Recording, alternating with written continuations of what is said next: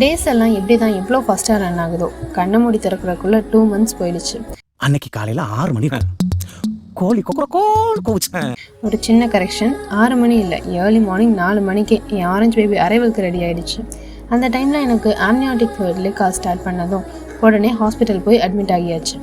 April 26 afternoon 12 o'clock போல் க்யூட்டான boy baby பிறந்துட்டாங்க.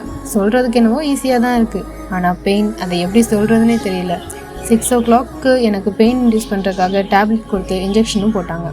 7 o'clock மேலே pain start ஆகிடுச்சு. 7 to 12 மொத்தமாக 5 hours பெயின் ஸ்டார்ட் ஆன கொஞ்சம் நேரத்தில் என்னால் சுத்தமாக தாங்க முடியல. அம்மா கிட்டே போய் எனக்கு சிசேரியனாச்சும் பண்ணிட்டு சொல்லிடுங்கன்னு சொல்லி அழ ஸ்டார்ட் பண்ணிட்டேன். ஆனால் ஃபேமிலியில் யாருமே அதுக்கு சம்மதிக்கலை. ஒரு வழியாக ஆரஞ்சு பிறந்துட்டான். டெலிவரி பெயினை பற்றி கூட நிறைய பேர் சொன்னாங்க. மென்டலி ப்ரிப்பேர்டாக தான் இருந்தேன். ஆனால் இந்த போஸ்ட்மார்ட்டம்ங்கிற ஒரு செஷன் பற்றி யாருமே என்கிட்ட சொல்லலை. டெலிவரியை விட 100 times அதிக பெயினாக எனக்கு தெரிஞ்சது. இதில் வேறு டெலிவரிக்கு ஒரு 4 hours அப்புறம் நான் 1 time மயங்கி கீழே வந்துட்டேன். நர்ஸ் வந்து சூச்சர் செக் பண்ணிவிட்டு பல்ஜாகி இருக்குன்னு 2nd time சூச்சர் வேறு போட்டாங்க. ஸோ பெயின் ட்வைஸாக இருந்துச்சு எனக்கு. உட்கார முடியல, நிற்க முடியல, நடக்க முடியல. ஆப்ரேஷன் தான் பெயின், நார்மல் டெலிவரிலாம் ஈஸி தான் சொல்லுவாங்க. பட் அந்த டைமில் இருக்கிற பெயின் எல்லாருக்கும் ஒன்று தான். ஆனால் ஒன்று, என் ஆரஞ்சோட ஃபேஸை பார்க்குறப்போ பெயின் எல்லாம் ஹாப்பினஸாக மாறிடுச்சு.